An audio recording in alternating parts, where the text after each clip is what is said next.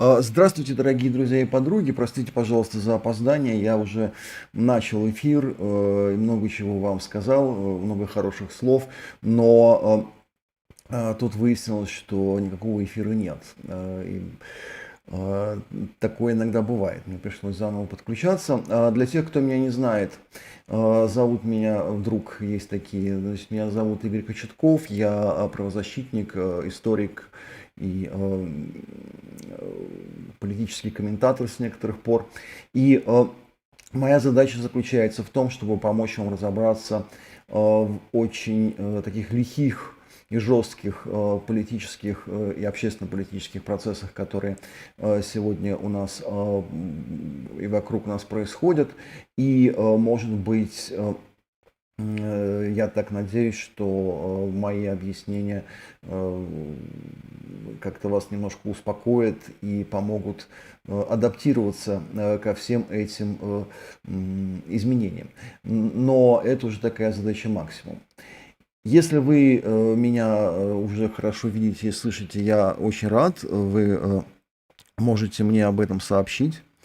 Вот прямо так, да. Так, прямо в чат, который я сейчас даже открою. Да, я его вижу. И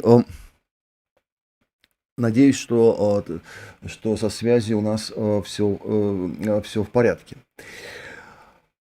Итак, я назвал сегодняшний эфир «Все летит к чертям», потому что по ощущениям от тех постов, комментариев в социальных сетях, да, по ощущениям от комментариев, в частности, ваших в телеграм-канале и вопросов, которые вы задавали, у меня сложилось впечатление, что многие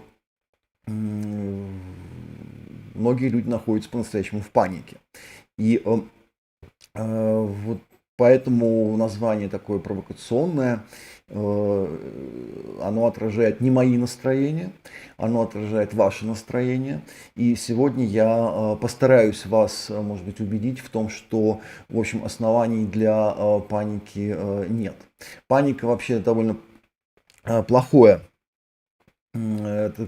плохое состояние, ну, во-первых, вредно для здоровья, а во-вторых, она не помогает вам принимать правильные решения.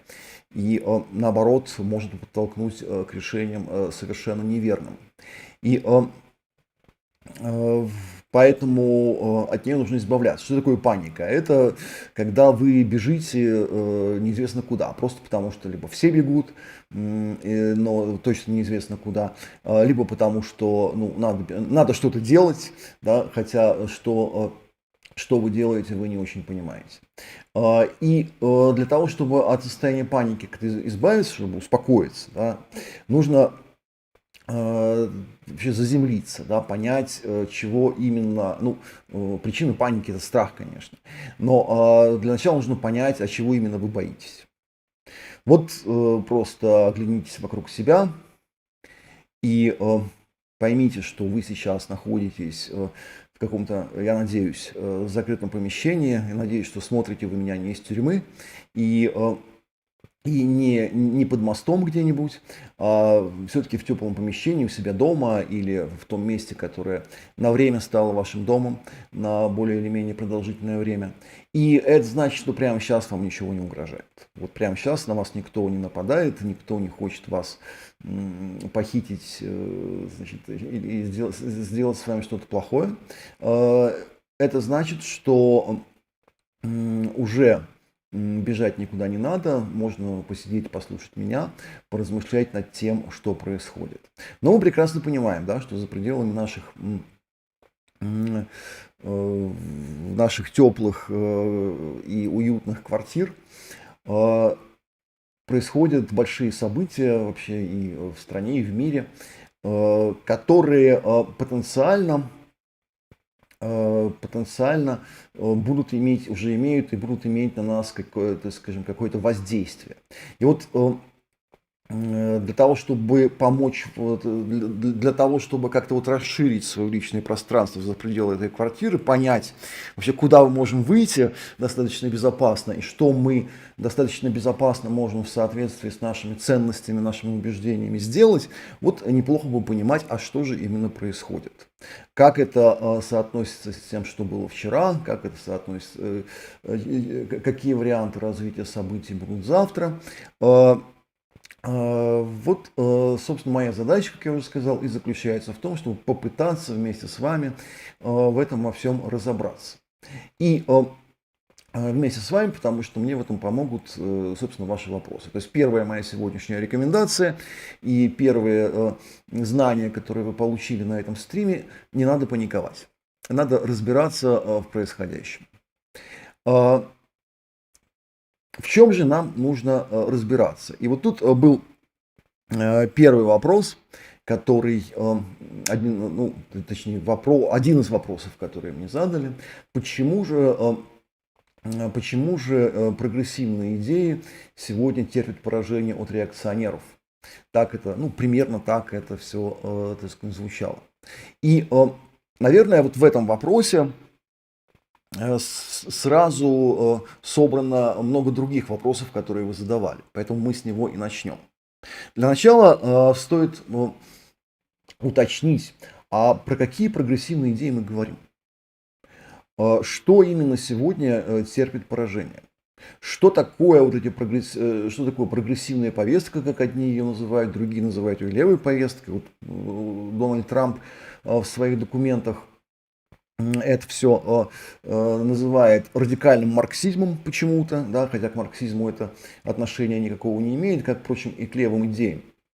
На самом деле мы говорим о неком комплексе идей и явлений, которые возникли в результате тех изменений, которые начались в мире и в России в частности, где-то с 80-х годов прошлого века. Если вы читаете, я это полагаю, что здесь большинство людей читают мой телеграм-канал, я об этом уже писал. То есть все началось примерно вот с 80-х годов, с перестройки в СССР, с разных там международных событий, которые закончились развалом СССР в конце концов. И это было начало конца вот того мира, который сложился в результате Второй мировой войны, начало конца послевоенного устройства. И вот тот новый мир, который стал постепенно появляться вот с 80-х годов прошлого века, он формировался и продолжает формироваться, надо сказать, под влиянием некого комплекса идей, которые мы для краткости, для того, чтобы мне постоянно не объяснять, о чем я говорю, для краткости я их буду называть прогрессивными идеями. Если кто-то из вас эти идеи прогрессивными не считает, ничего страшного, просто примите это как временный термин на время сегодняшнего эфира. Что такое, про какие идеи мы говорим? Первая идея, первый такой, первый комплекс идей – это идея мультикультурности и открытости границ. Это на самом деле, наверное, самое главное. Вот такое самое большое изменение, которое произошло в мире и которое заметили абсолютно все, это глобализация. Глобализация – это свободное и очень быстрое перемещение по миру вещей, товаров, людей. Вот людей, наверное, самое главное. И очень быстрый обмен идеями. И одним из, собственно, проявлений, этой самой глобализации, одним из явлений, которое, собственно, и породило необходимость такого мультикультурализма, является миграция. Миграция была в мире всегда, и сколько человечество себя знает, оно все время куда-то мигрировало. Но вот таких объемов, да, таких масштабов перемещения людей и такой скорости перемещения людей человечество не знало никогда. Такой вот, который мы наблюдаем, по крайней мере, собственно, с конца 80-х годов, наверное. Самолеты летают, то есть какие-то географические препятствия, больше не препятствия. Вы в течение нескольких часов можете оказаться в любой точке мира.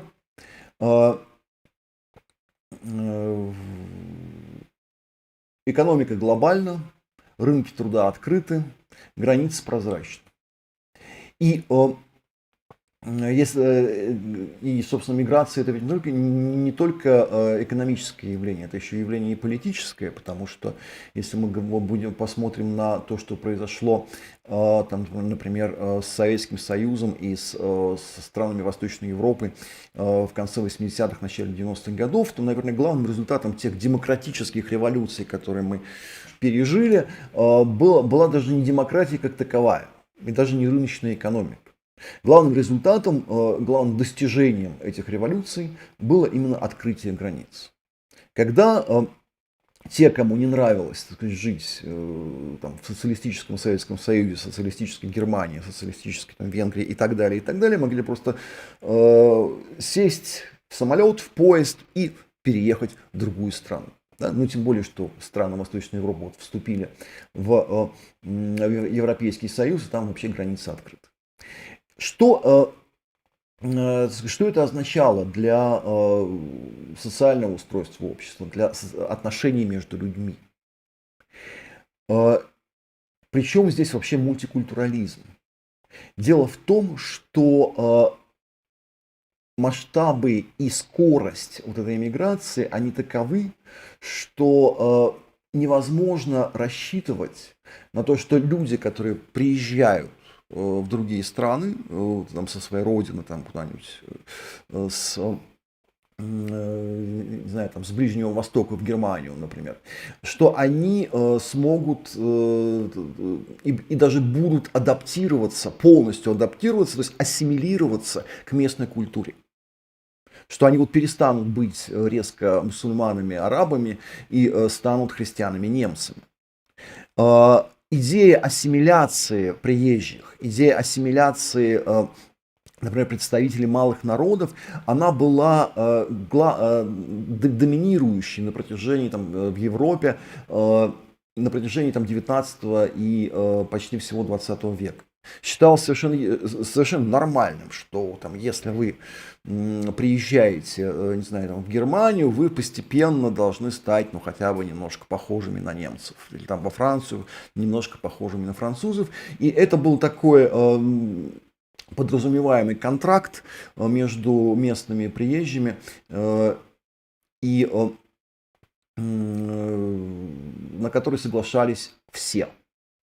Но вот именно на рубеже 20-21 века этот контракт перестал работать. По ряду причин. Во-первых, потому что, например, в Европу начинают приезжать массы людей из стран с очень отличной от европейцев культурой. Во-вторых, далеко не все из приезжих вообще далеко не всем из приезжих вообще нужно было даже адаптироваться. Если мы говорим о трудовых мигрантах, то среди них было много сезонных рабочих, которые приезжали на сезон, уезжали обратно, потом возвращались. С другой стороны, они могли, в отличие от мигрантов, которые приезжали в 19 веке или в первой половине 20 века, они могли не утрачивать связи со своей родиной, со своими семьями, например, интернет работает, пожалуйста, так сказать, можно общаться. И поэтому, еще по ряду других причин, сейчас не буду вдаваться, потому что я уже и так очень долго на этой теме что-то остановился. По целому ряду причин мигранты так сказать, не ассимилируются с местной культурой. И по факту возникает мультикультурное общество, возникает проблема, а что с этим делать? Да? То есть как выстраивать отношения между представителями разных культур, там, местными жителями и приезжими. И в теории так скажем, в теории предполагалось, что между разными культурами, представительницами разных культур, разных образов жизни возможен диалог. И как тут правильно в чате пишут, что, конечно, вот этот мультикультурализм не предполагает, что вы просто не должны вообще знать культуру той страны, в которую вы приехали. Но, тем не менее, он предполагает некое равенство между приезжими и местными с точки зрения их права на культурное самовыражение и на свой образ жизни. С этим есть некоторые проблемы, мы об этих проблемах поговорим позже. Вторая идея, которая обычно называют там левой или прогрессивной, это идея о том, что идея множественного суверенитета, так мы ее назовем. До примерно конца 20 века совершенно естественным порядком вещей было то, что весь мир состоит из государств. Все люди живут в каком-нибудь государстве, и именно их гражданство, их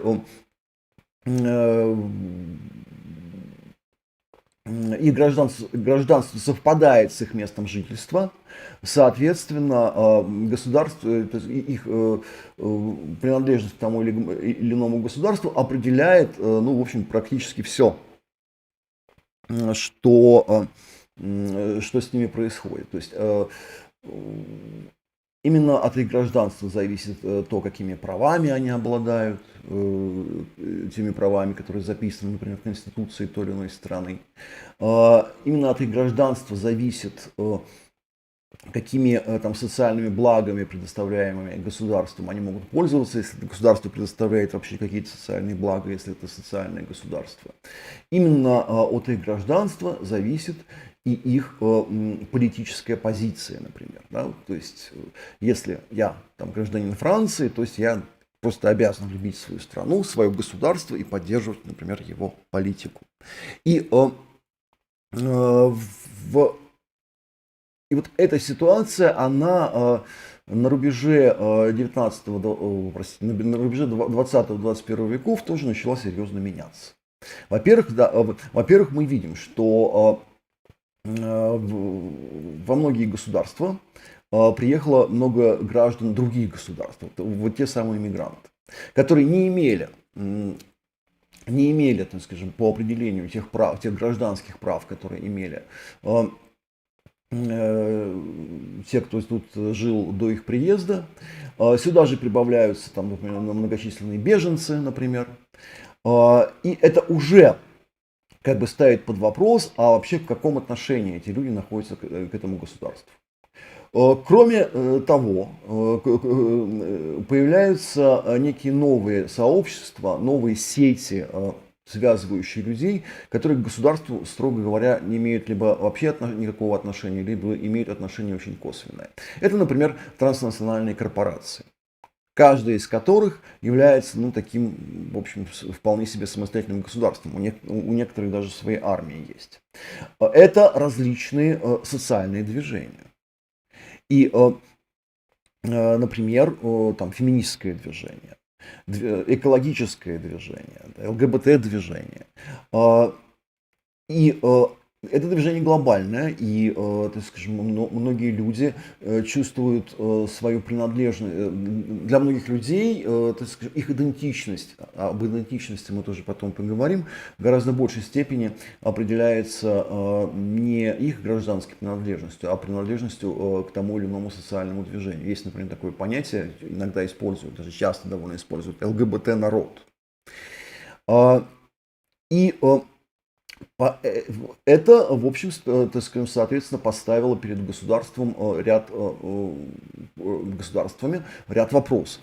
И перед гражданами, соответственно, тоже. То есть, кто они своему государству? Должны ли они любить вообще свое отечество, например? И должны ли они его любить при всех и всяческих обстоятельствах?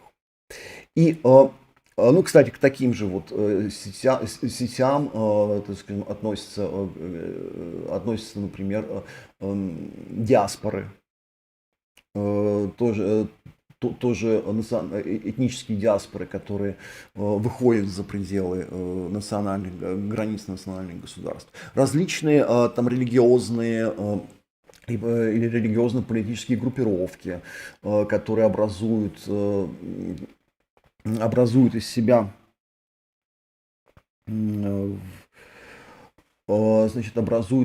некие квазигосударства. Ну, самый печально известный пример — это ИГИЛ, там есть еще Хамас, Хизбалла. Вот это все как бы внегосударственное образование.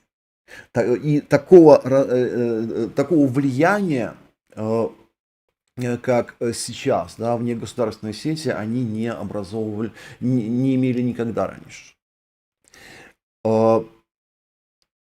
Третья идея,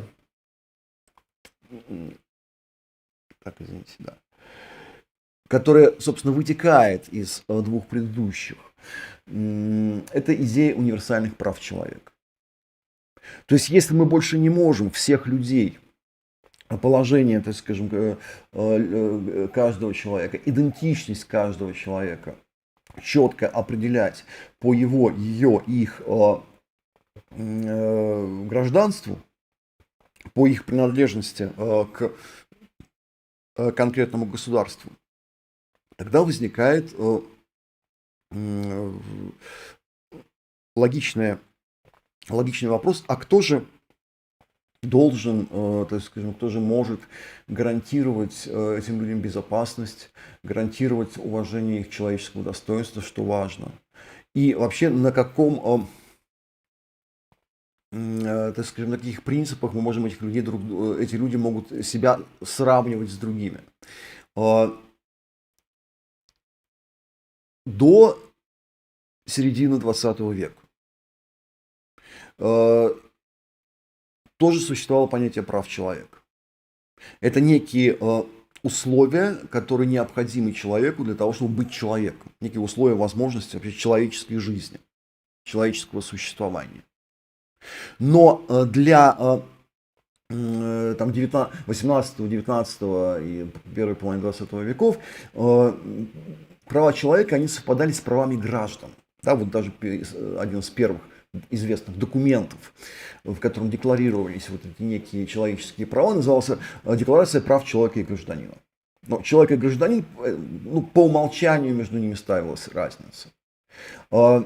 Теперь мы видим, что человек и гражданин — это не то же самое. Почему, я уже объяснил. И возникает идея универсальных прав человека, которые принадлежат всем, независимо от их гражданства. Это граждане, это мигранты, это беженцы, это, не знаю, перемещенные лица, неважно. У них у всех есть некий набор одинаковых прав. Вот это очень важная идея, которая, так скажем, которая возникла еще вот в середине 20 века. Всеобщая декларация прав человека принимается в 1948 году, но эта идея именно с 80-х годов прошлого века становится таким руководящим принципом, потому что предполагалось вот в этой новой модели мироустройства, что соблюдение универсальных прав человека является условием легитимности любой власти. То есть вы там можете быть монархией, можете быть, если говорить о государстве, да, вы можете быть демократической республикой, еще чем-то, вы можете быть даже теократическим государством, если хотите. Но ваша власть для международного сообщества будет легитимна только при условии, что вы соблюдаете некие основные, хотя бы фундаментальные права человека. Это уже такой вот элемент нового мироустройства. Как он выглядел в теории и в всех международных документах, которые принимаются на рубеже 20-21 веков. Э, Проблема тут заключалась в том, и заключается в том, а кто же должен гарантировать эти универсальные права человека? Да, вот если права граждан гарантирует государство, а универсальные права человека кто? Но тем не менее, так скажем, эта проблема есть, но сам принцип, я думаю, вам понятен.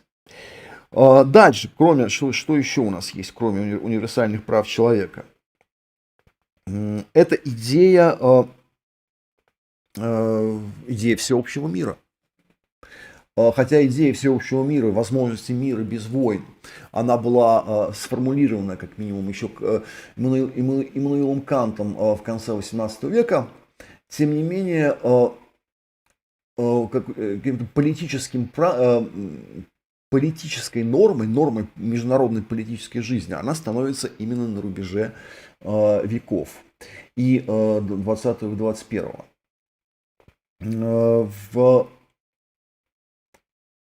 В общем-то, то, что война это плохо, люди знали и даже до Иммануила Канта, и тем более до начала 21 века.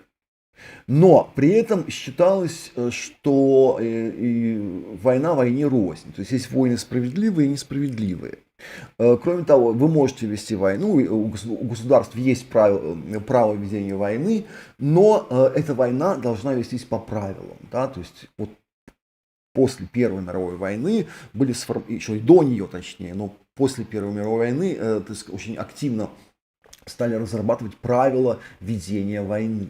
Да, международное гуманитарное право, точнее, вот это была часть международного гуманитарного права. И если вы, это, скажем, ведете войну по правилам, то, в общем, все окей. Значит, в середине 20 века появляется еще одно ограничение для ведения войн. Это запрет на ведение агрессивной войны. То есть вы можете вести войну, если вы ее ведете по правилам, если вы защищаетесь, а не нападаете. Это общепризнанное, в общем, на уровне Организации Объединенных Наций правило, и никто тут его теоретически, по крайней мере, сомнению не подвергает. Ведение агрессивной войны – это уголовное преступление, в том числе и в России, кстати говоря, в Российском уголовном кодексе. Но в конце 20 века возникает третье ограничение на ведение войны, которое очень близко вообще к полному запрету войны. Идея заключается в том, что война вообще-то это не метод для решения каких-либо политических вопросов. Вот известный военный стратег, военный теоретик Карл Клаузевиц еще в 19 веке родил такую известную фразу о том, что война – это продолжение политики другими средствами. Так вот, собственно, 21 век принес нам другую идею о том, что война не может быть продолжением политики, потому что с помощью войны невозможно решить ни одну политическую задачу, какая бы она ни была.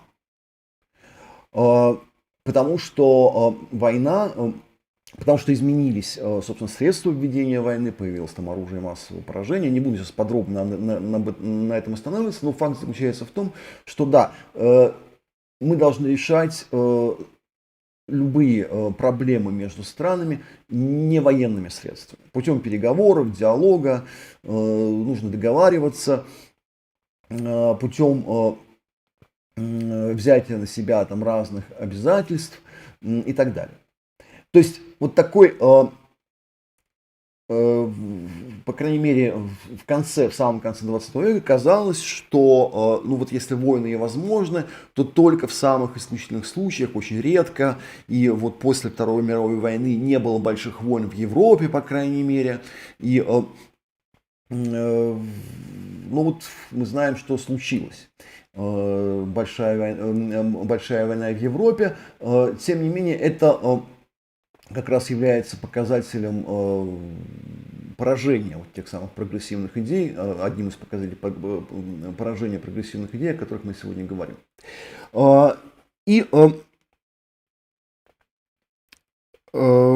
так, что еще у нас? Да. Еще одна идея – это идея устойчивого развития. Идея устойчивого развития, которая пришла на смену идеи экономического роста. То есть раньше, там, в 19-20 веке считалось, что самый хороший, лучший показатель процветания страны, процветания там, всего человечества, если угодно, это экономический рост. Если у вас экономика растет, значит у вас, соответственно, люди богатеют, живут хорошо, они счастливы, всем довольны. Если у вас экономического роста нет, это плохо. Люди беднеют, и они плачут и возмущаются. Идея идея устойчивого развития заключается в том, что вообще-то экономический рост может привести нас к катастрофе. Если мы неразумно используем ресурсы невозобновляемые, если мы их просто уничтожаем, если мы заботимся только о своем экономическом росте, а не смотрим, что там происходит в других странах глобального юга, это в конце концов может привести к катастрофе либо нас самих, либо будущие поколения. Да, есть окружающая среда, человек оказывается не царь природы, он от этой природы вполне себе зависит. Вот есть, так сказать, глобальное потепление, например, которое, если будет продолжаться, и мы ничего с этим не сделаем, то в конце концов мы все утонем в мировом океане, потому что будет тепло, льды в Арктике, в Антарктике растают и нас всех затопит. Ну и произойдут другие неприятные вещи, в результате которых нам будет просто нечего есть, нам или будущим поколениям. То есть вот эта вот ответственность, во-первых, людей друг перед другом, опять-таки, и перед будущими поколениями, она и привела, например, к росту экологического движения. Да? То есть экономический рост должен быть, во-первых, справедливым, он должен быть, приносить благо для всех. В этом смысле сильные должны помогать слабым. Во-вторых, экономический рост должен быть ограничен соображениями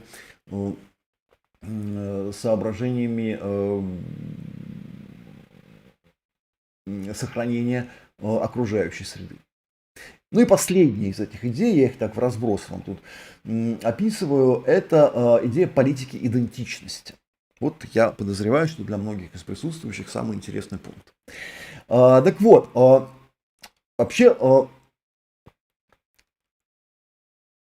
учитывая, что гражданская идентичность, то есть идентичность, которая определяется нашей принадлежностью к тому или иному государству, или даже к той или иной культуре, она уже не имела и не могла иметь для современных людей, так скажем, такого значения, как раньше, возникает некое новое представление о собственном личном человеческом достоинстве. Если раньше, в общем, человеческое достоинство определялось, что такое человеческое достоинство? Это мера уважения, которая должна принадлежать каждому человеку со стороны других людей. Та мера уважения, которая оказывается другими людьми, вам, например. И в таком традиционном, особенно в традиционном обществе, даже в индустриальном обществе 19-20 века, эта мера уважения, в общем, определялась тем, насколько хорошо другие люди выполняют, точнее, не другие люди, а вы выполняете свои, например, гражданские обязанности. Насколько хорошо вы играете те социальные роли, которые вам приписаны в силу вашего рождения, в силу вашей гендерной половой принадлежности, в силу ну, в силу вашего образования, так сказать, вашего места работы и так далее. Вы, если вы хороший отец, хорошая мать, и муж, жена, вы честно работаете, трудитесь, платите налоги, любите свою родину, и вас все будут любить и уважать. Вы достойный или достойная гражданка, гражданин, достойные граждане. И вот все эти приписанные, собственно, статусы и основанные на них идентичности, они несколько померкли в 21 веке, и возникает другое понимание идентичности, другое понимание человеческого достоинства. Да? Человеческое достоинство определяется самим человеком. То есть есть идентичности приписанные, идентичности, условно говоря, врожденные, а есть идентичности приобретенные и даже, можно сказать, самосозданные. И никакая идентичность, никакая ваша личная характеристика не может быть основанием для унижения вашего человеческого достоинства. Более того, так скажем, ваши личные характеристики должны быть источником вашей собственной гордости и источником уважения вас другими людьми. Это вот и государство, например, и не только государство, но и корпорации, другие сети человеческие, другие человеческие группы должны это самое уважение вашей идентичности обеспечивать.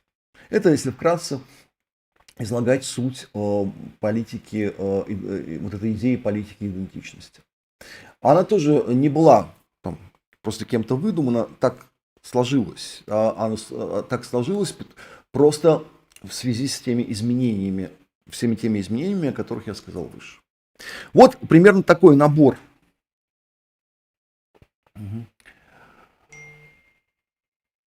Значит, примерно такой, так скажем, примерно такой набор идей, которые мы называем прогрессивными. Сейчас я даже вот это понятие прогрессивные идеи употребляю безоценочно совершенно. Просто констатирую факт, что эти идеи есть, и именно реакцию на эти идеи, противодействие, активное противодействие именно этим идеям мы сегодня и наблюдаем. Вот. Прежде чем пойти дальше, отреагирую на то, что есть в чате. Да, право на культурное самовыражение и свой образ жизни должен быть сбалансировано с местным законодательством и местными культурными нюансами. Вот была в одной стране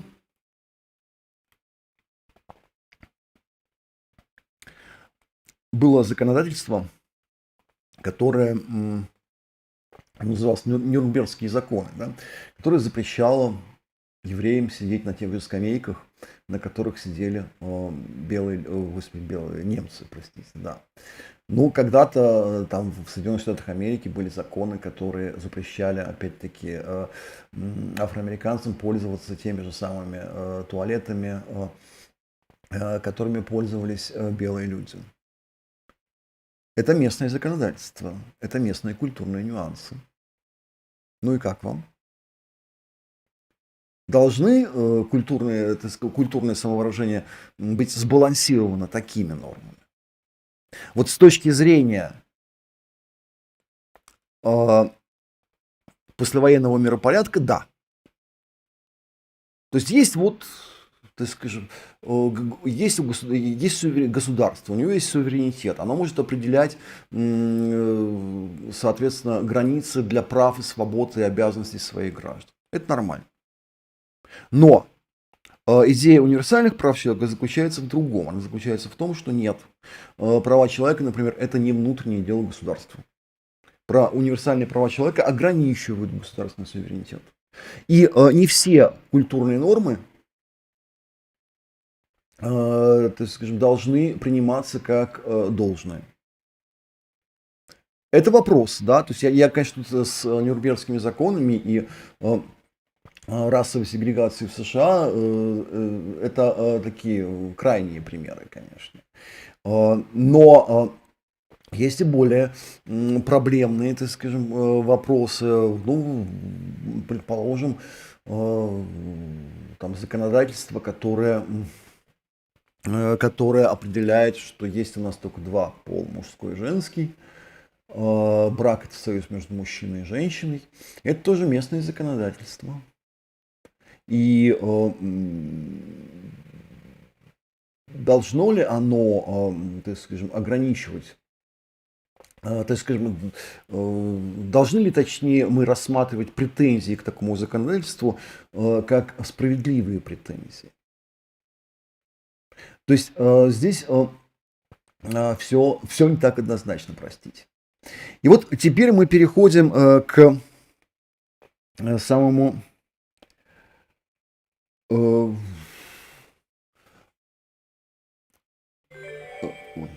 так скажем, к самому интересному, так скажем, к самой интересной части этого разговора о том, а почему же вот эти самые прогрессивные идеи, да, нет, простите, я все-таки отреагирую на комментарий, что это все не культурные нюансы, так скажем, а дискриминация. Но дискриминация это вполне себе, точнее не вполне себе, это правовое понятие. Что есть дискриминация, устанавливается опять-таки местными законами. Или это должно устанавливаться нормами международного права. Не всякое ограничение является дискриминацией. В том-то и дело, что даже, собственно, в документах так скажем, в документах, международных документах о правах человека уточняется, что права и свободы могут быть ограничены, если это если это необходимо для обеспечения безопасности, соблюдения защиты здоровья и общественной нравственности. Вот с общественной нравственностью особенно интересно. Поэтому не факт, что, так скажем, те примеры, которые я привел, всеми будут рассмотрены как дискриминация. Не все суды с вами согласятся в данном случае. Поэтому это не вопрос, так скажем, это не вопрос права здесь в данном случае, это именно вопрос, в том числе, культурных норм. Что в данном сообществе считается дискриминацией, что в данном сообществе считается справедливым ограничением, а что нет. И вот как урегулировать противоречия, которые могут по этому поводу возникать между разными сообществами, это один большой вопрос. Так вот, почему же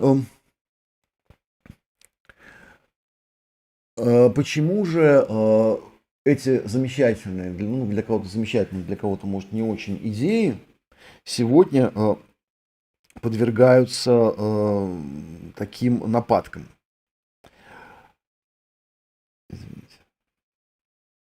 Почему же, тут даже вопрос, так сказать, вопрос даже не в этом. Вопрос в том, почему идеи, которые, в общем-то, на рубеже 19-20 веков, простите, на рубеже 20-21 веков горячо приветствовались, вызывали много энтузиазма, например, идея всеобщего разоружения, мира, дружбы народов, идея универсальных прав человека, все это приветствовалось. И приветствовалась даже идея открытых границ, но еще бы, да, особенно теми, кто получил возможность переехать на Запад.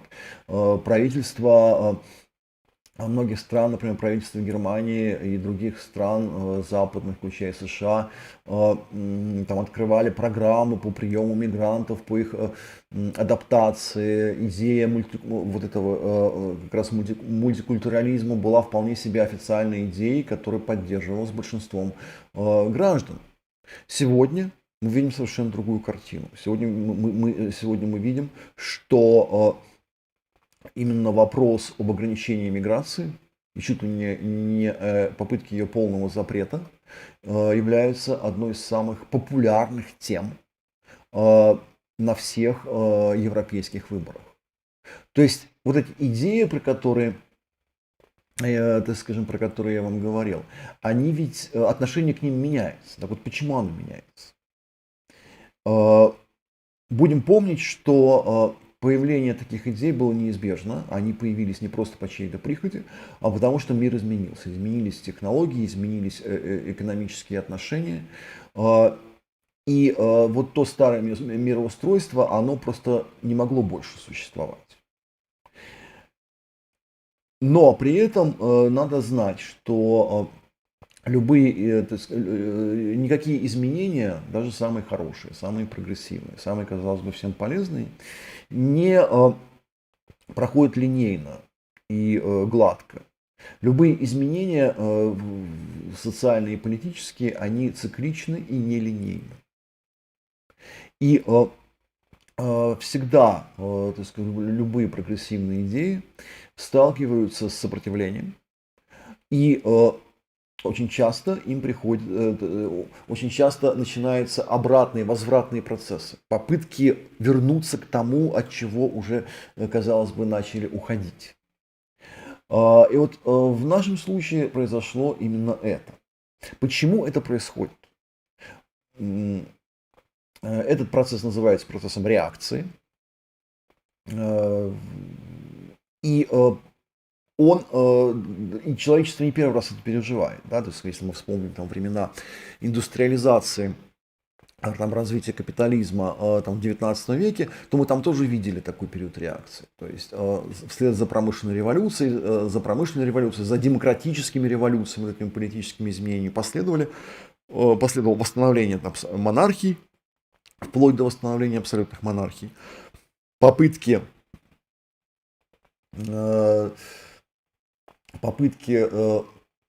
для рабочих уничтожать машины и заставлять фабрикантов возвращаться к ручному труду и так далее. Можно здесь много об этом рассказывать, но мы не будем этого делать. Мы видим актуальный пример реакции прямо на наши, можно сказать, перед нашими глазами. Так вот, почему это происходит? По нескольким причинам. Во-первых, у любого изменения, у любого прогресса есть группы и люди, которые от них выигрывают, а есть те, кто проигрывает от таких изменений, либо теряет свое господствующее положение. Ну вот возьмем такую прекрасную, так сказать, казалось бы, прогрессивную идею, как равенство мужчины и женщин. Кто от нее проигрывает?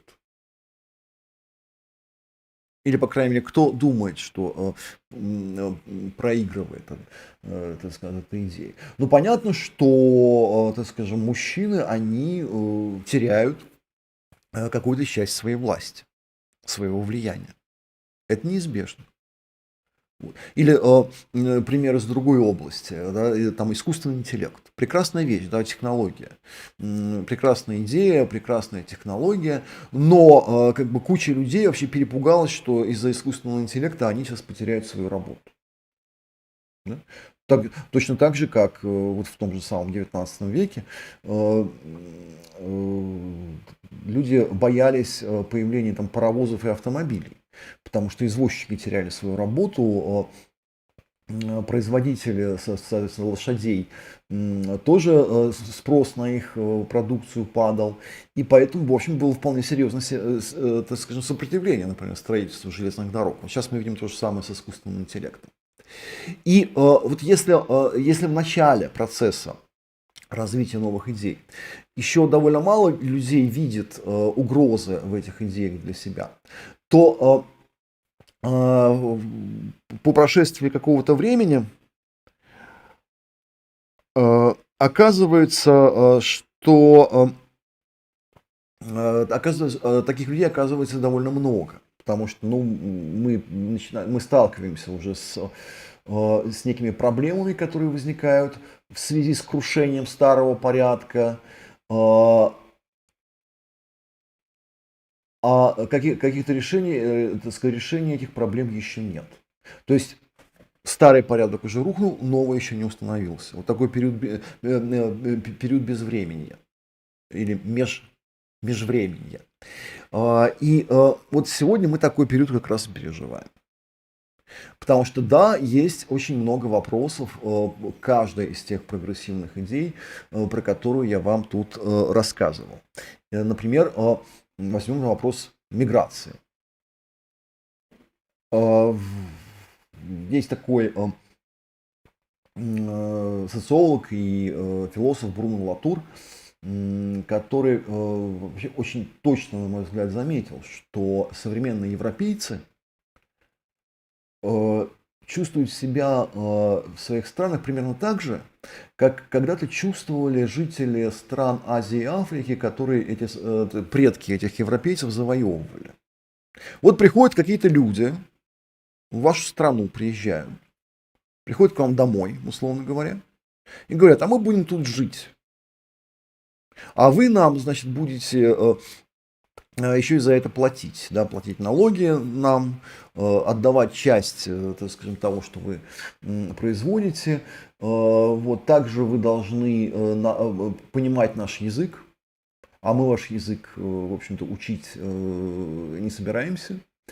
И вы должны быть, так скажем, вы должны перенимать нашу культуру, потому что эта культура прогрессивная, потому что так скажем, освоение этой культуры, освоение этого нашего европейского образования сделает вас же лучше. Так скажем, мы лучше понимаем, что такое нравственное, что такое ненравственное, что такое хорошо и что такое плохо.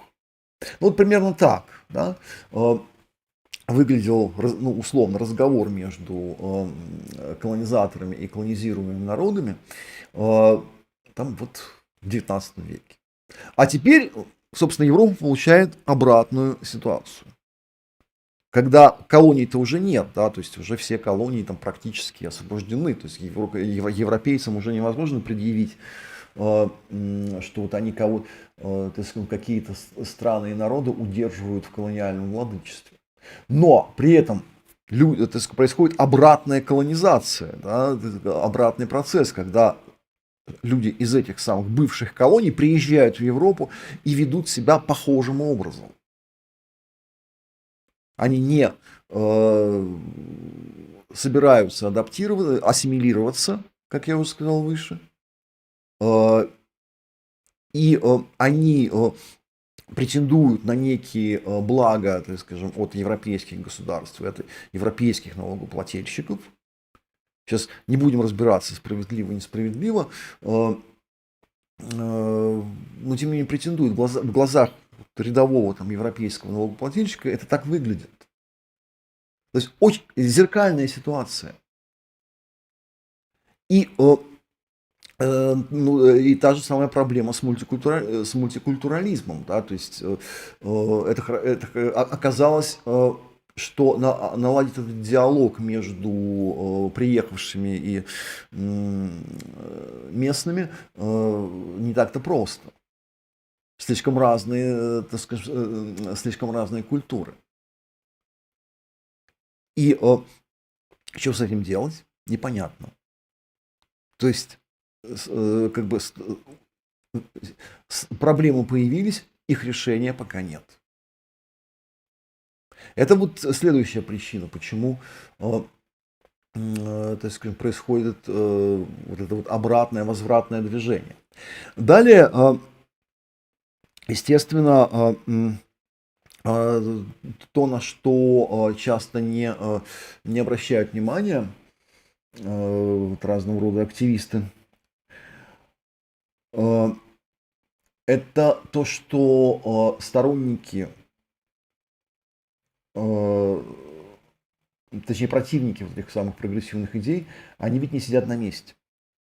Они меняются, они приспосабливаются к той риторике, которую используют сторонники прогрессивных идей, к тем технологиям, которые они используют, в том числе к социальным и политическим технологиям.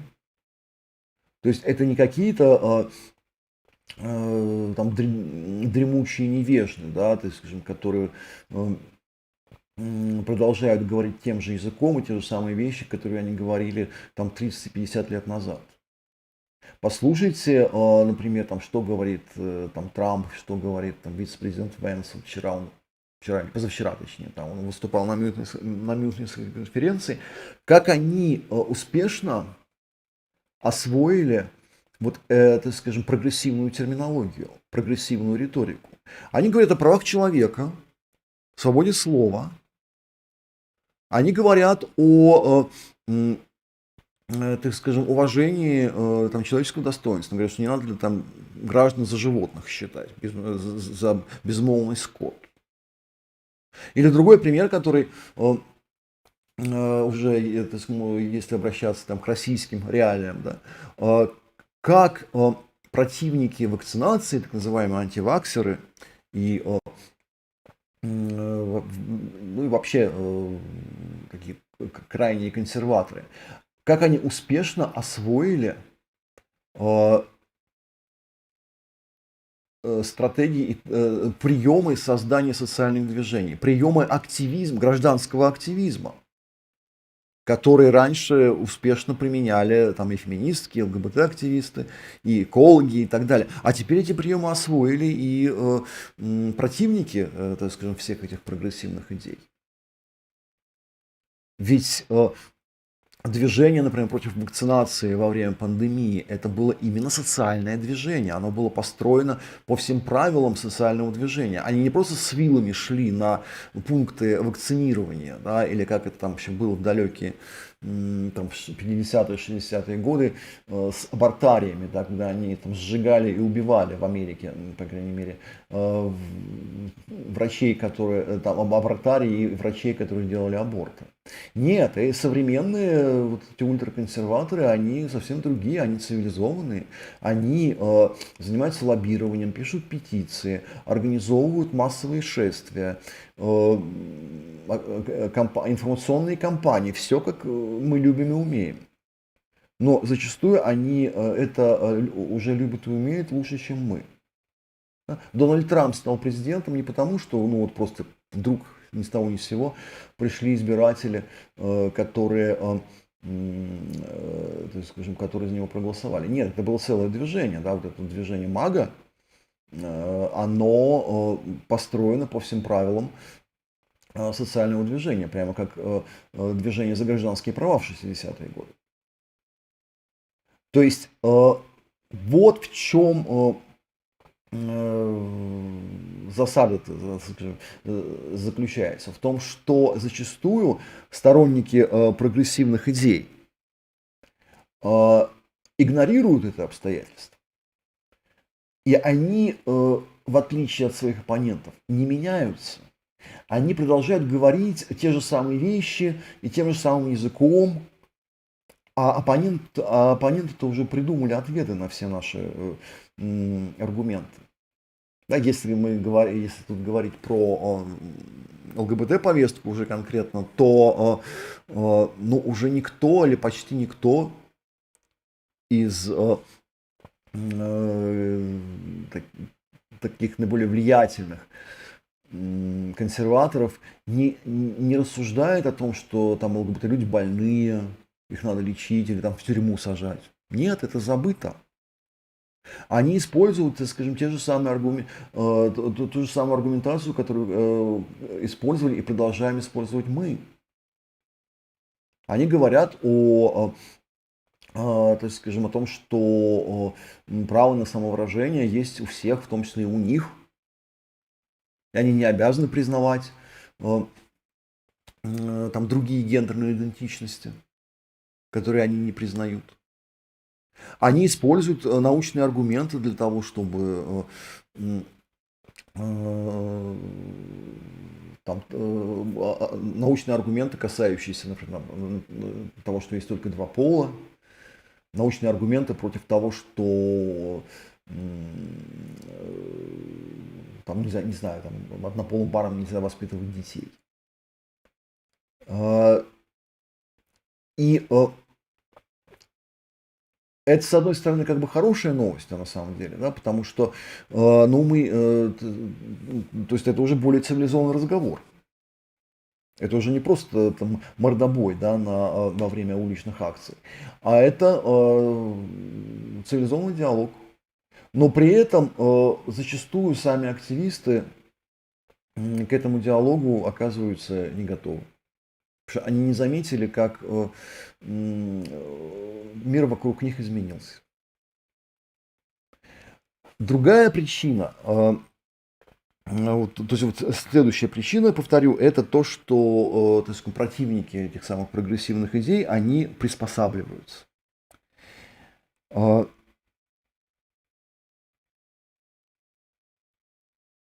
Четвертая причина заключается в том, что, ну, собственно, как результат предыдущих влияния трех предыдущих факторов появляются реакционные политики, которые предлагают очень простой выход для, значит,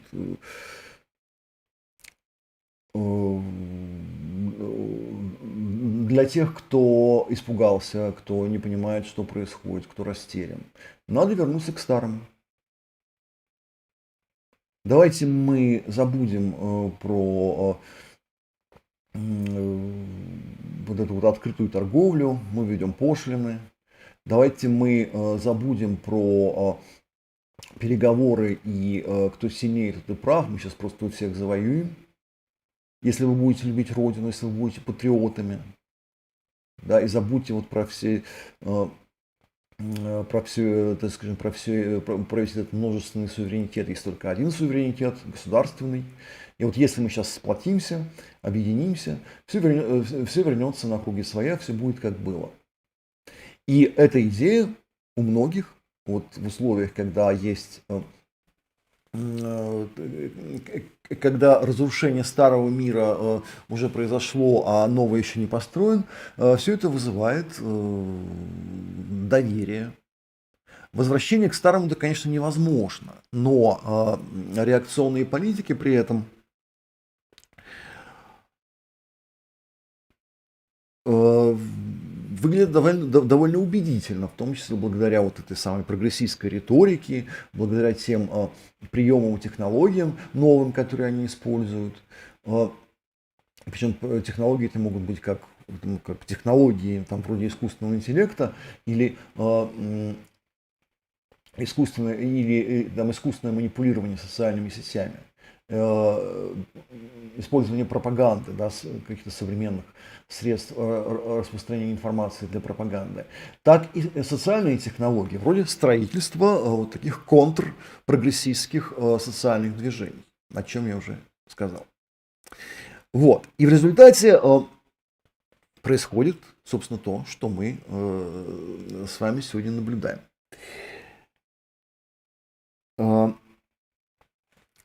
Что с этим делать?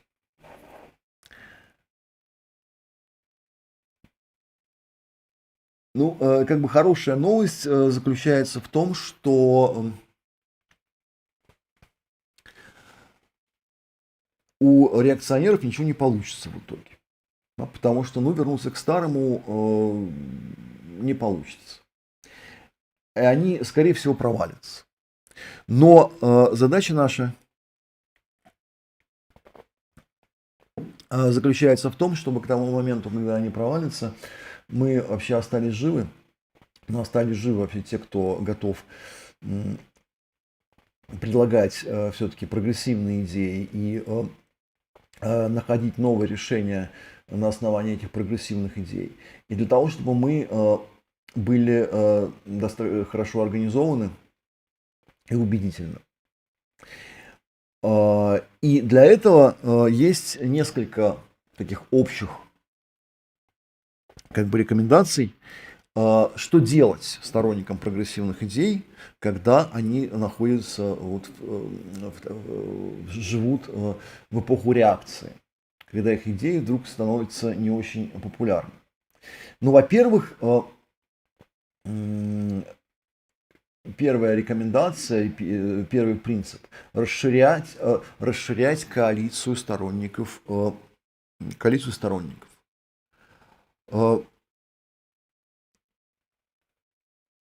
Для этого нужно посмотреть вокруг, например, на то, так скажем, какие есть, так скажем, социальные движения вокруг нас, и движения, ну, с которыми у нас нет уж совсем таких диаметральных расхождений в ценностях. И подумать о том, как мы можем сформулировать вот эти самые новые идеи, чтобы они включали не только наши интересы какой-нибудь социальной группы, а еще, так скажем, учитывали интересы других людей.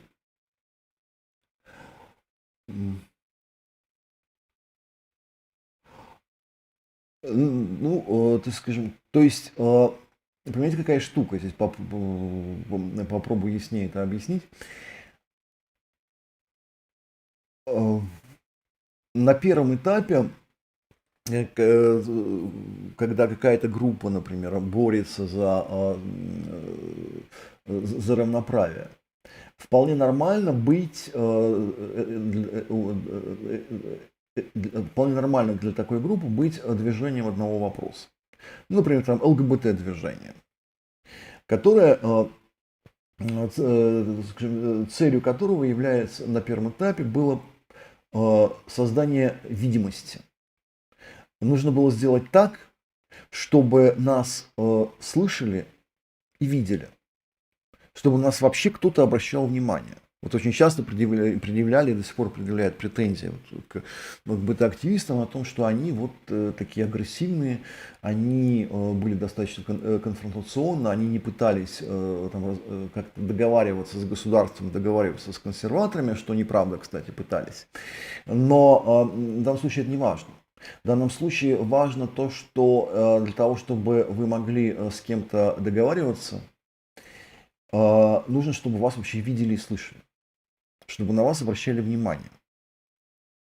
И создание такой видимости, в смысле visibility, не в смысле кажущности, да, вот, создание такой видимости является для любого социального движения первой задачей. И поэтому, как бы всегда, ранние этапы всякого движения за любые там прогрессивные идеи, они носят такой достаточно агрессивный и провокационный характер. И даже конфронтационный характер. Но когда наступает период реакции, уже оставаться, так сказать, просто демонстрировать свое присутствие и свой громкий голос становится недостаточно. Видимости мы уже добились.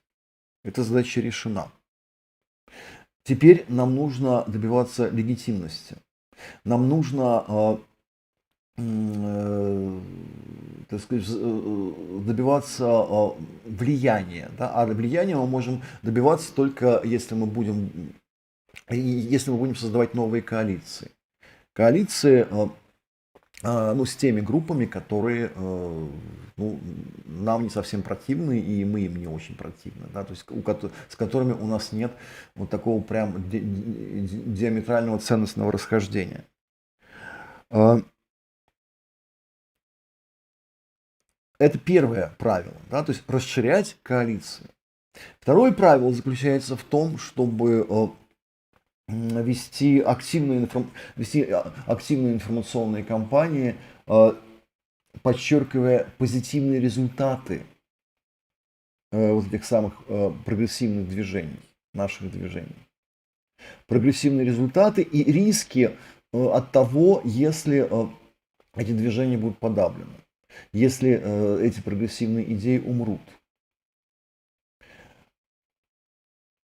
О чем идет речь? Если мы посмотрим на, опять-таки буду говорить уже на примерах ЛГБТ-движения,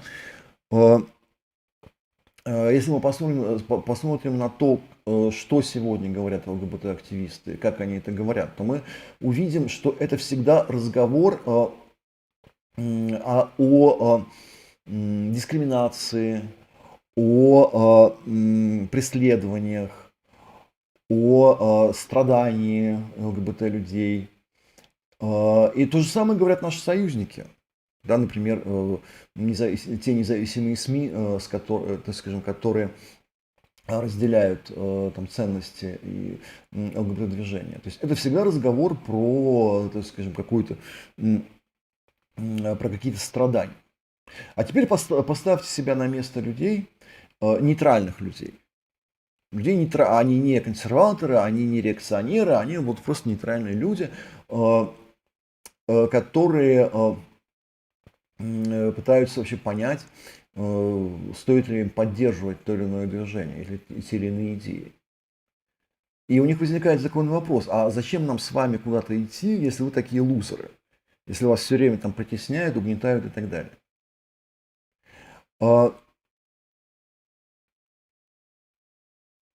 Это при том, что на самом деле, как я уже заметил, ЛГБТ-движение, в том числе российское ЛГБТ-движение, достигло значительных успехов за последние лет 20. И даже, если мы говорим о глобальном движении, то даже самые лютые консерваторы сегодня, например, не подвергают сомнению вообще легитимность однополых браков. Про однополые браки Дональд Трамп ничего не говорит. В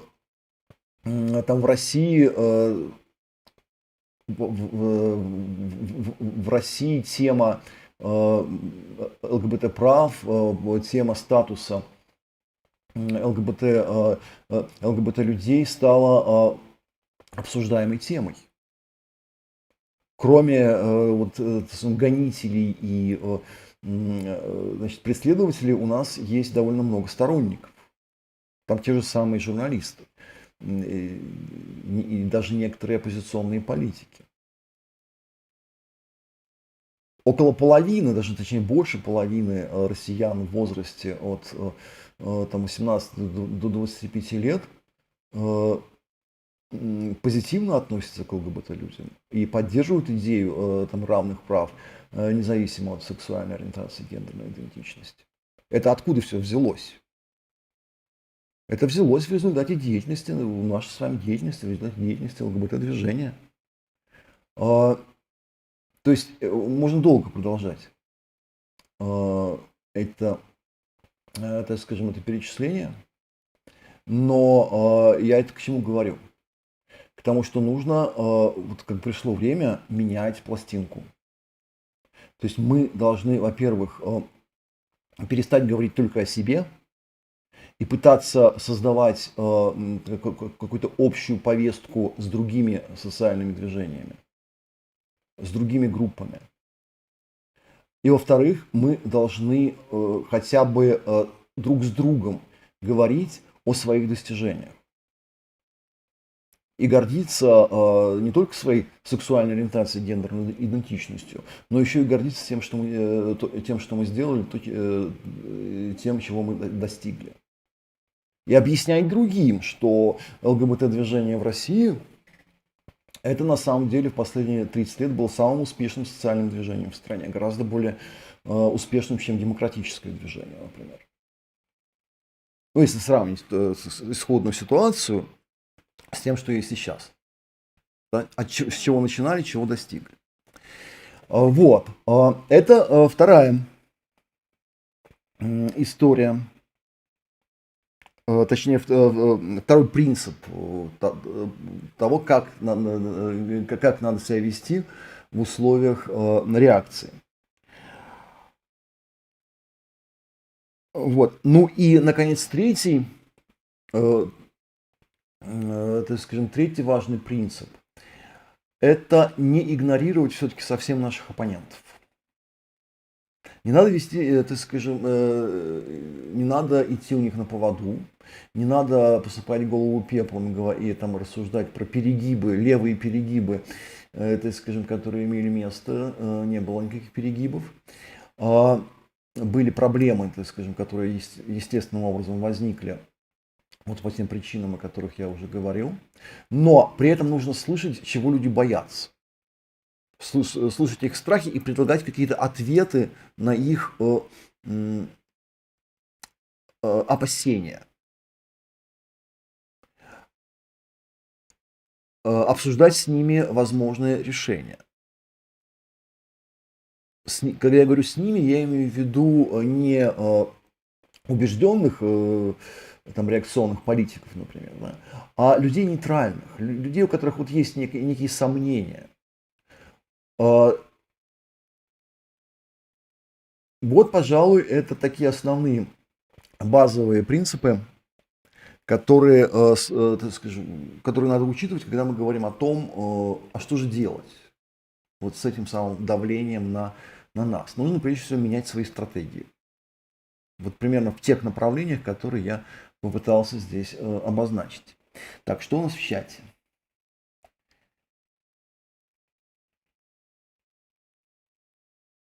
Ага.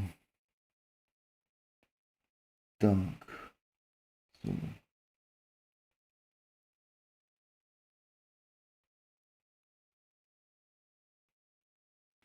Инфокомпания Соби – это не стратегия. Инфокомпания – это метод, да, с помощью которого можно реализовывать разные стратегии. Нужно менять содержание этих инфокомпаний. Нужно заново думать о том, так скажем, на какую аудиторию они должны быть рассчитаны. Вот искать тех самых союзников. Да, с кем мы разговариваем. А от этого уже зависит, собственно, о чем мы с ними разговариваем. Вот ответов на эти вопросы пока нет. Потому что, к сожалению, продолжаются попытки работать примерно так же, как работали, не знаю, 5 лет назад. Тогда это было хорошо, тогда это было правильно, потому что вот нужно было решать определенные задачи. Сейчас, в общем, ситуация изменилась, соответственно, нужно менять содержание этих информационных кампаний. Но понятно, что и методы тоже нужно менять, потому что нет у нас, к сожалению, прямого доступа сегодня там, к российским СМИ, вообще к российскому публичному пространству по известным причинам. Соответственно, нужно на это пространство выходить через союзников. Вот. И нужно присоединяться к этим союзникам. Да? И это не значит, что мы должны, там, не знаю, приходить к антивоенным активистам, например, или к экологам и говорить, а теперь вы должны заниматься тематикой ЛГБТ. Они не будут этого делать, да, потому что у них другие проблемы. Нужно приходить к ним и включаться в их работу, в том числе, в то, что они делают, но при этом искать какие-то точки пересечения наших повесток. Так.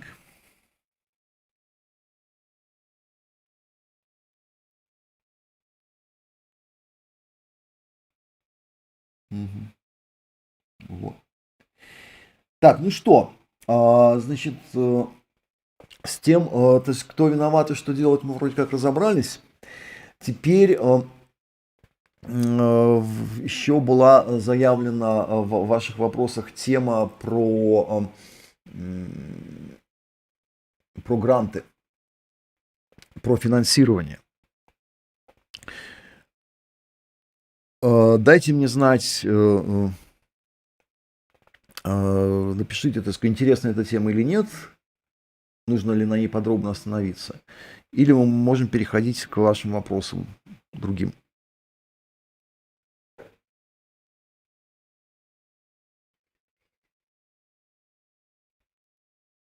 Не стесняйтесь, сообщите мне об этом.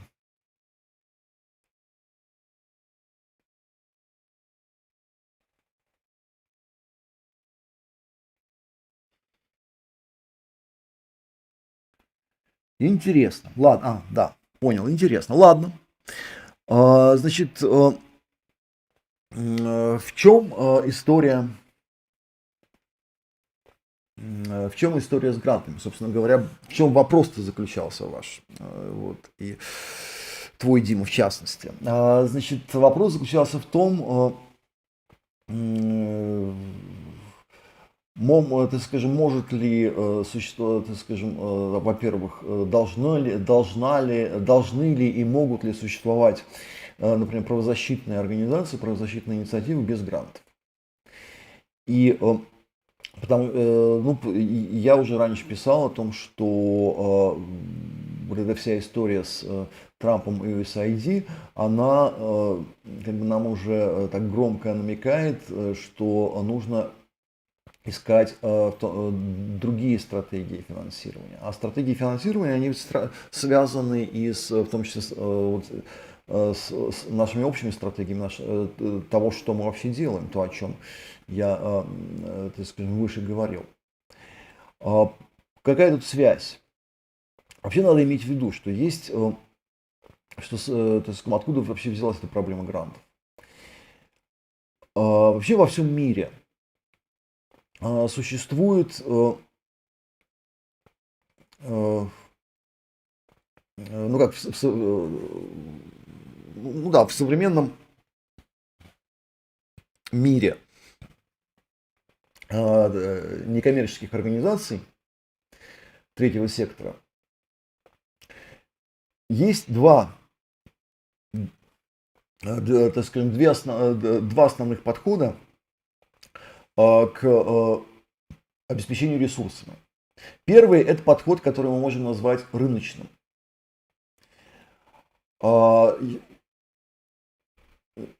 Значит, а второй подход, о котором я позже скажу, условно его по-разному называют.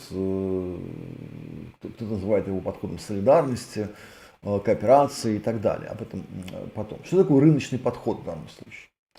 Идея заключается в том, что мы, как некоммерческий сектор, мы не производим, конечно, нашей целью не является создание прибыли, но тем не менее мы действуем в рыночных условиях. И мы все равно что-то кому-то продаем. Только в отличие от бизнеса, мы создаем и продаем не частные блага, а благо общественные. У меня был пост в Телеграме, где я объяснял, что такое общественное благо, но вкратце повторю. Да, общественное благо – это благо, которыми пользуются не только те, кто за них платит, и благо, которые нужны для благополучия всего общества, всего сообщества, всего человечества, в зависимости от того, какое благо. Вот, например, права человека, уважение к правам человека – это такое общественное благо. Но проблема заключается в том, что за это общественное благо кто-то должен заплатить, чтобы мы могли его производить. И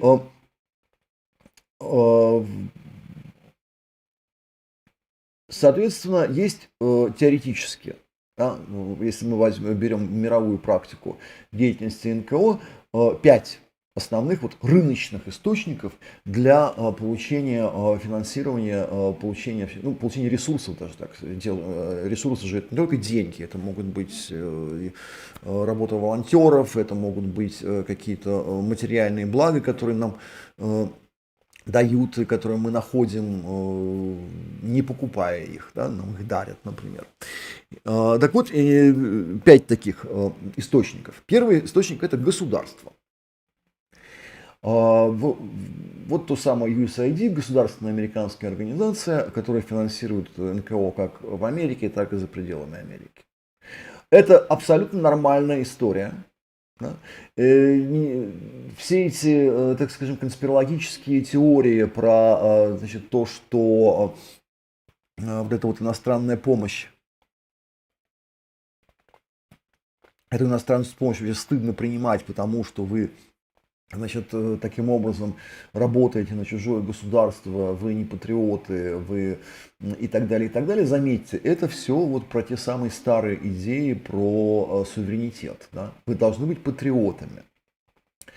Но в действительности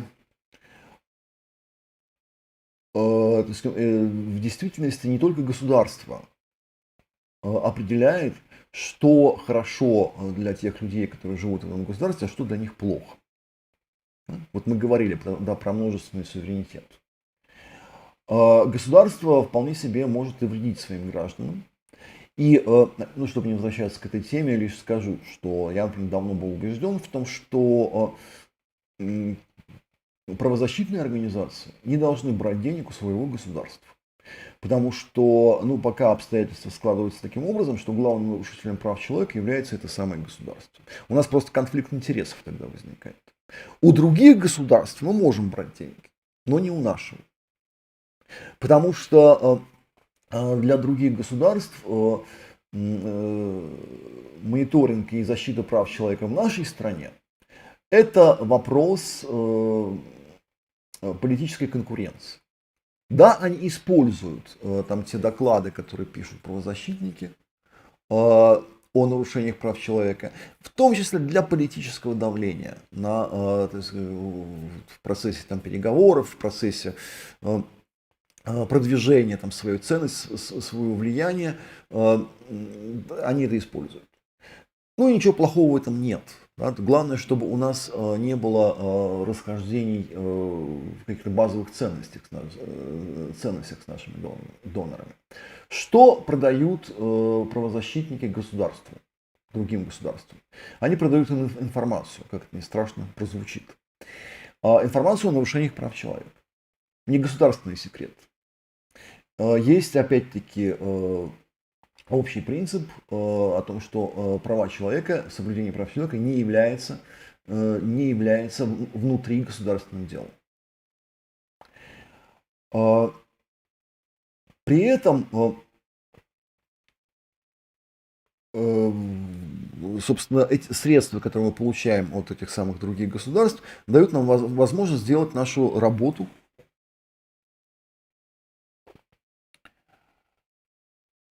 делать нашу работу на благо, в том числе наших соотечественников. Значит, проблема не в том, что берут, а в том, что бравировали при этом, что независимые. Хорошее замечание, спасибо. Значит, а что значит бравировали? Да, независимые, это правда. Дело в том, что в этом мире мы все, и вы в том числе, вот тот, кто задал этот вопрос, те, кто сделал этот комментарий, мы все от кого-то зависим. От родителей, от друзей, от, так скажем, работодателей своих. Вы-то деньги где берете? В тумбочке. Вот. Вам тоже кто-то их платит. Но и поэтому мы все, ну, как бы, понимаете, невозможно жить в обществе и быть свободным от него.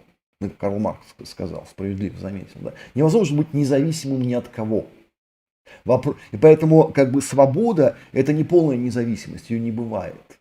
Свобода – это когда вы можете решать, от кого и в какой степени вы зависите.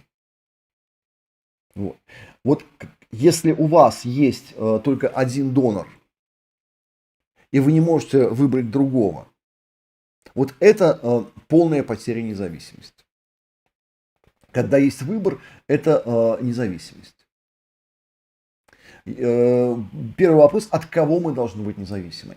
Я считаю, как я уже сказал, правозащитники должны быть независимы от своего государства. И получая иностранное финансирование, они от своего государства независимы. Так что это не бравада, это факт.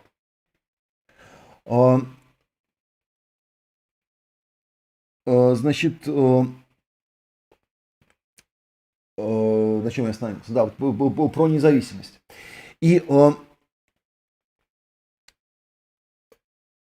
это первый источник, то есть государственное финансирование. Второй источник – это корпоративное финансирование, когда какие-то компании могут НКО давать деньги, и не только деньги. Например, они могут предлагать некоммерческим организациям какие-то услуги своих сотрудников про боно, то есть бесплатно. То есть, когда там сотрудники компании в рамках политики там, социальной ответственности компании, там какое-то количество часов должны отработать на коммерческую организацию. Там юристы, там пиарщики, еще кто-нибудь. Вот, это второй источник. Тут тоже В общем-то, что здесь НКО продают? Какое общественное благо продают некоммерческие организации коммерческим компаниям? Они им продают, скажем, как бы социальный престиж. Да? То есть, как бы, компании, которые демонстрируют свою социальную ответственность, они, в общем, на рынке были успешны, потому что люди им доверяют. И вот как раз сотрудничество с некоммерческими организациями, я сейчас говорю в принципе, да, о мировой практике, это есть способ приобретения вот этого самого социального престижа. Третий источник финансирования – это филантропия. То есть это как бы финансирование от каких-то очень богатых людей, семей, которые, может быть, свои деньги там где-то в бизнесе заработали, но это их личные деньги, это не деньги компании. Вот. И есть фонды, которые основывают, есть частные, крупные частные фонды, которые финансируют разного рода некоммерческие проекты. Вот, значит, я сам отвечу по поводу вашего начальника. Значит, филантропы. Дальше, социальное предпринимательство. Четвертый, собственно, источник, социальное предпринимательство, когда некоммерческая организация сама занимается, так скажем, сама занимается в какой-то коммерческой деятельности, зарабатывает деньги, но не распределяет прибыль, а тратит это, так скажем, эти деньги на свои уставные цели. И, наконец, последний источник, возможный вот в рамках этой рыночной модели, это краундфандинг. Когда, собственно, ваши сторонники, те, кому вы нравитесь, ваша деятельность нравится, жертвуют вам небольшую денежку, но как бы если этих сторонников много, там и, соответственно, денежки тоже много. Вот эти вот 5 источников. Прежде чем говорить о том, в чем проблема, собственно, сегодня и особенно правозащитных организаций по всему миру и в России в особенности, я хочу ответить вот на комментарий, который здесь тоже поступил по поводу того, что вот мой начальник платит только тогда, когда я делаю то, что он хочет, а не правильные вещи. Это проблема ваша и проблема вашего начальника. Значит, дело в том, что если вы, значит, если ваш начальник требует от вас делать неправильные вещи, те вещи, которые вы, значит, делать не хотите в силу там своих убеждений, например, в силу своих ценностей, у вас есть выбор.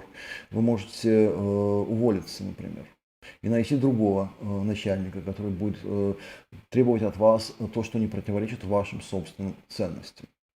Значит, это первое. Если вы знаете, что этот начальник требует от вас чего-то неправильного, неэтичного, плохого, продолжаете это делать и получаете, так скажем, от него деньги, это уже проблема вашего морального выбора. Как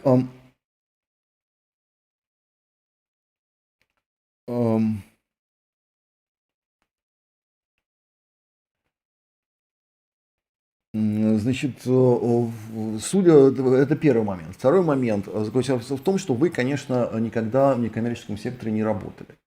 Вот, потому что и никогда, собственно, с финансированием некоммерческого сектора не имели дело, потому что если бы вы имели дело, вы бы такой ерунды не писали. Вот, потому что зависимы ли некоммерческие организации от своих доноров? Да, зависимы. Но в чем заключается эта зависимость? Это тоже, кстати, очень важный момент. Она заключается в том, что прежде всего в необходимости выполнения неких административно-финансовых требований. То есть, если основным источником вашего финансирования является, так скажем, например, какой-нибудь государственный фонд, там фонд международной помощи, какой-нибудь там USAID, будь он не ладен, вот, значит, то вы должны соответствующим образом, ну, да и вообще, если вы живете на грантах, если ваша организация работает на грантах, то вы должны соответствующим образом устроить, так сказать, всю структуру вашей организации. У вас должны быть там профессиональные фандрайзеры, там бухгалтеры, проектные менеджеры. То есть вы действительно превращаетесь постепенно, профессионализируетесь, вы превращаетесь в такую маленькую корпорацию. Это правда. Кому-то это нравится, кому-то нет, но это просто факт. Вот в этом выражается зависимость. То есть форма финансирования, она определяет и вашу организационную форму, форму организации вашей работы. Вот в этом есть зависимость. Вот. Что касается содержания вашей работы, то за примерно 20 лет моей работы в некоммерческих организациях ни один донор никогда не говорил мне, что я должен делать. Не было такого. И любой человек, который работает с грантами, вам скажет примерно то же самое. Значит, и это выглядит просто немножко иначе. Да? У донора есть свои приоритеты тематические, да. Он об этих тематических приоритетах объявляет. Если вы видите, что ваши приоритеты совпадают и ваши ценности совпадают, то вы идете к этому донору, вы с ним договариваетесь. Это так же, как с вашим начальником, да, то есть вы же, когда на работу поступаете и договор трудовой подписываете, там же как бы заранее все-таки известно, чем вы будете заниматься. Вот. Тут то же самое. Вот. Если вдруг общие интересы расходятся, ну и доноры расходятся. Точнее, ну, как бы меняются доноры, мы расстаемся с ними, да, мы ищем других. Бывают ли тут злоупотребления? Да, конечно, бывают. Я не говорю, что как бы все идеально. Да? То есть есть ситуации, когда, так скажем, когда ну, какая-то организация пытается подстроиться под приоритеты донора, который им почему-то очень нужен. Например, если это правда там единственный донор или один из немногих, и им нечем его заменить. И вот, значит,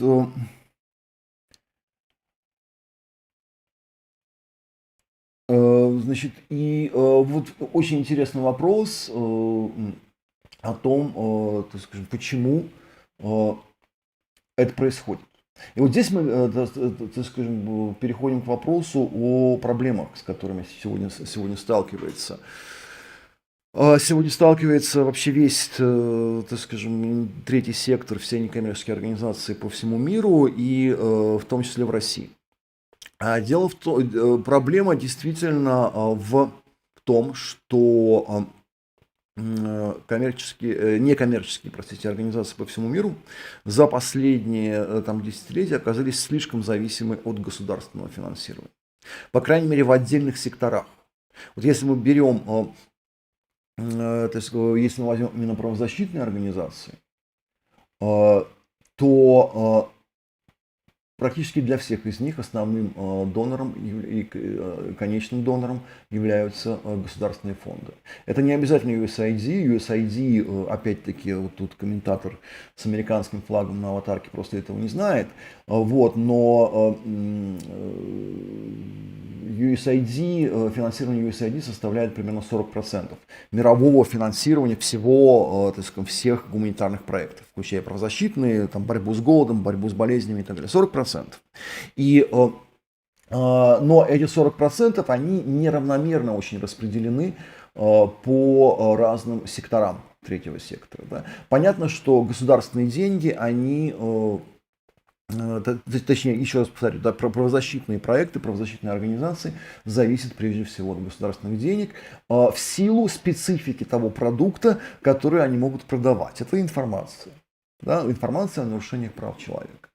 Это, скажем так, вот такой перекос, который сложился в третьем секторе, это плохо, и в правозащитном секторе в том числе.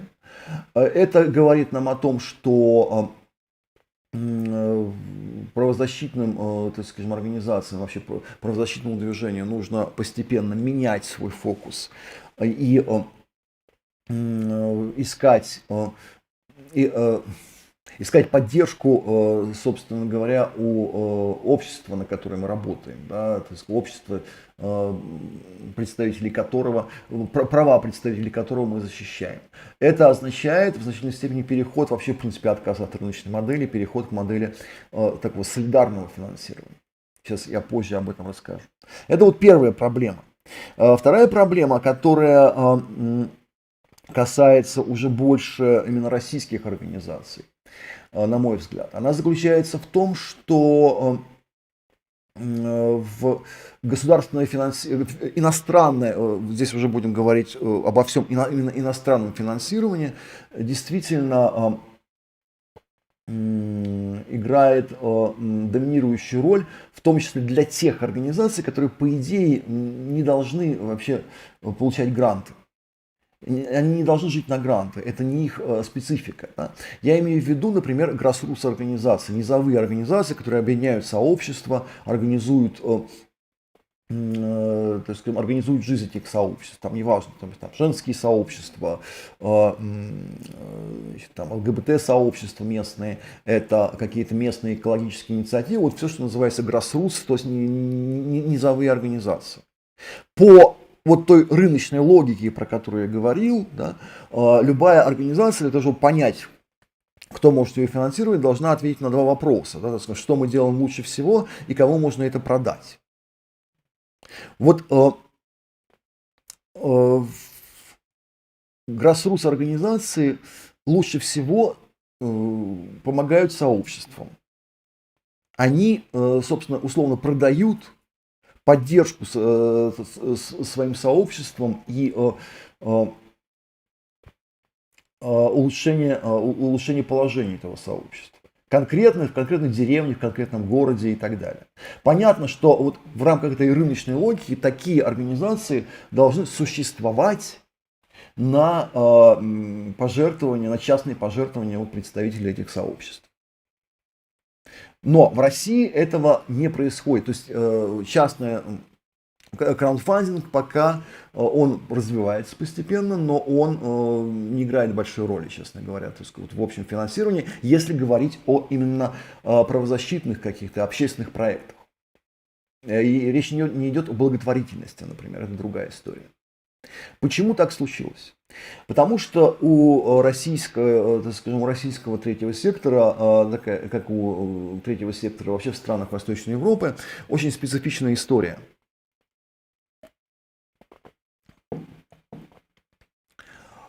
В Советском Союзе и в социалистических странах Восточной Европы никакого третьего сектора, понятное дело, не существовало. Существовали только официальные прогосударственные организации, там партия коммунистическая, комсомол, опять-таки официальные советские профсоюзы, членство в которых, в общем-то, было для граждан обязательным. Это была такая обязаловка, от которой уже к концу Советского Союза граждан откровенно тошнило. И вот когда случился распад Советского Союза, стало, так сказать, создаваться новое общество, и стали появляться, в том числе, первые некоммерческие организации, стал появляться третий сектор, граждане просто были не готовы его финансировать.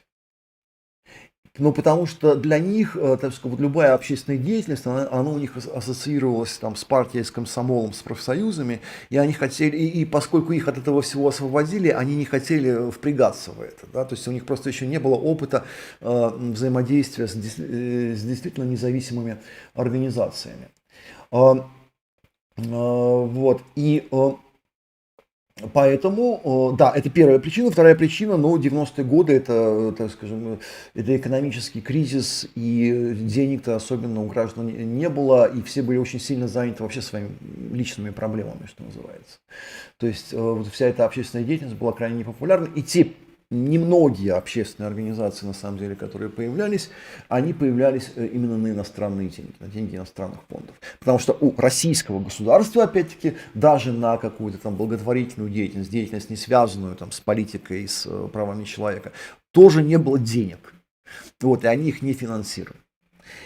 И значит, тут не буду долго пересказывать историю третьего сектора в России, но суть заключается в том, что расцвет третьего сектора, он приходится на как раз где-то очень короткий период с 2009 по 2012 год. Буквально там 3 года, когда резко увеличилось количество новых некоммерческих организаций. Почему?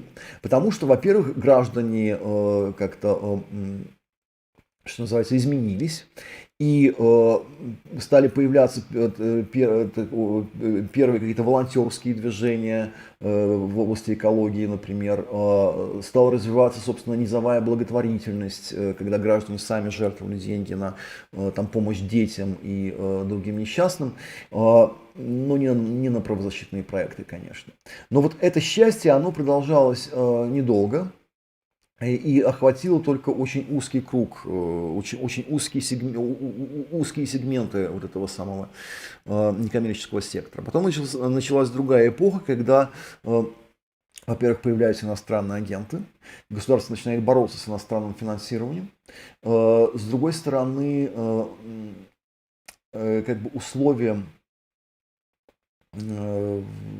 как бы лояльного отношения государства к некоммерческим организациям становится государственное финансирование российское.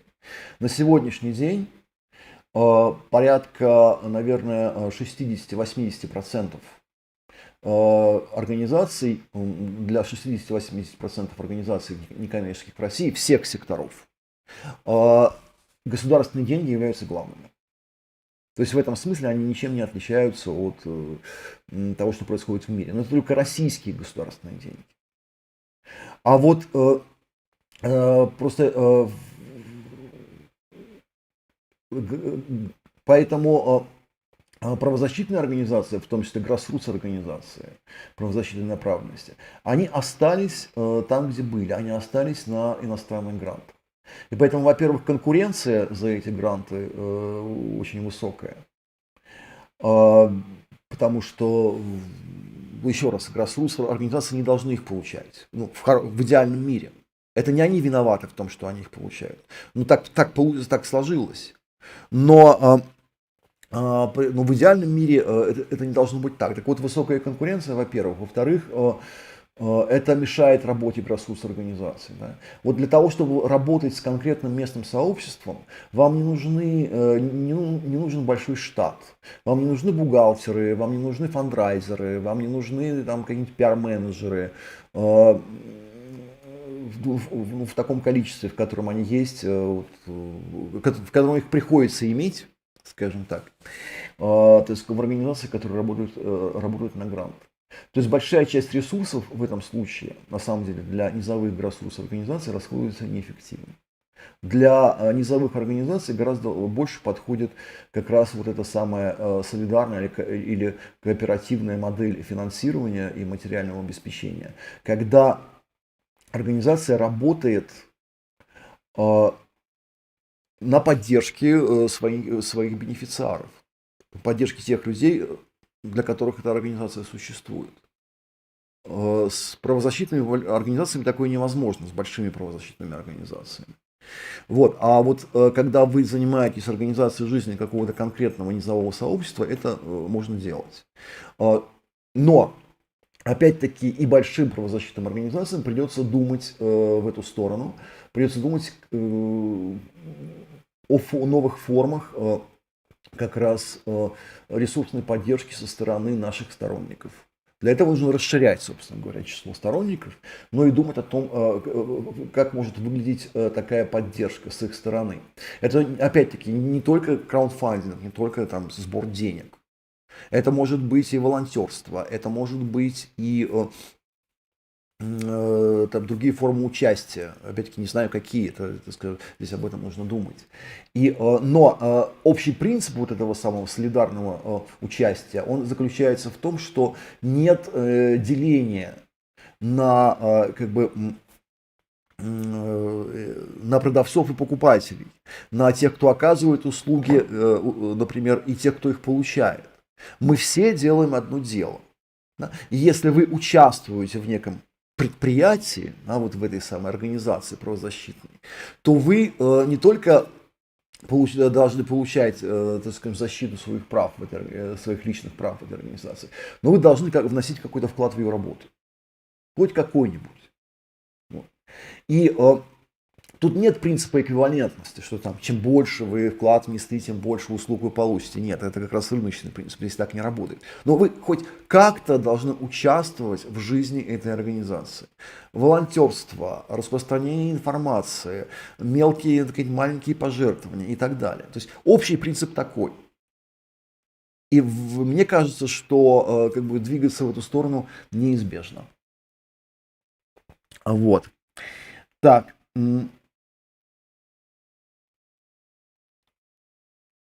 Значит,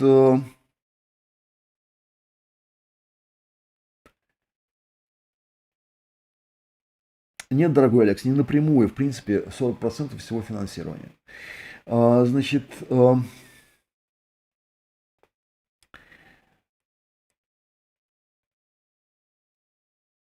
если 40% всего, как получается через прокладки больше? У вас проблемы с математикой, дорогой Алекс.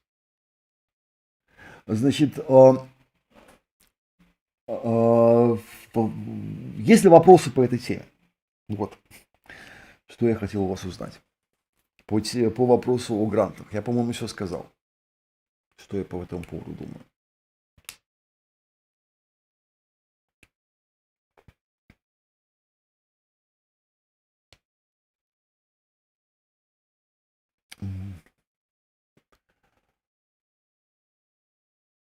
Значит, если нет, то мы с вами сидим уже 2 часа. Я думаю, что это большой срок. Я, к сожалению, да, не успел ответить на все вопросы, которые были заданы. Я буду это делать.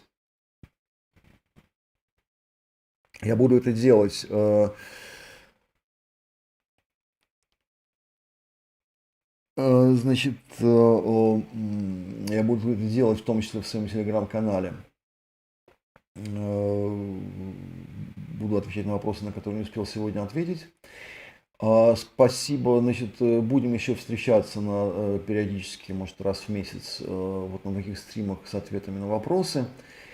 Так что не пропадайте, задавайте свои вопросы и еще увидимся. Спасибо вам большое за внимание.